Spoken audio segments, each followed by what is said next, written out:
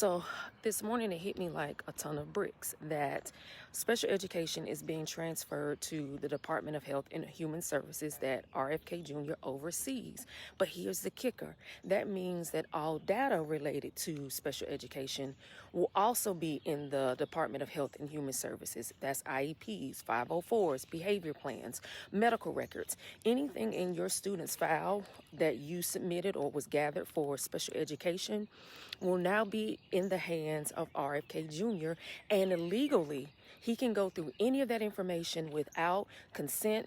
There's no HIPAA violations because these aren't considered medical files. These are special education files. They won't need permission.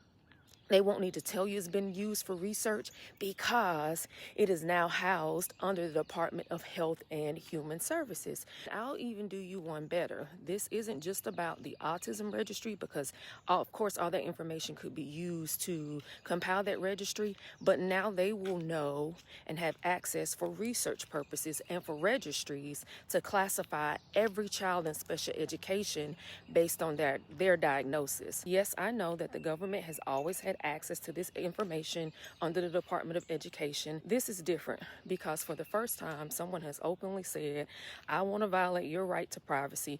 I want to pull your private information related to disability, and I want to use it for research that you have not consent to, that you did not agree to. And now that I have access to these files and they're under special education, I actually don't need your permission. I can use my position to do what I will with that data.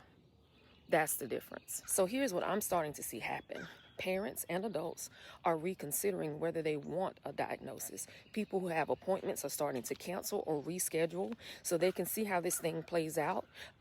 Lots of people are now even rethinking, do they want to continue to be part of special ed?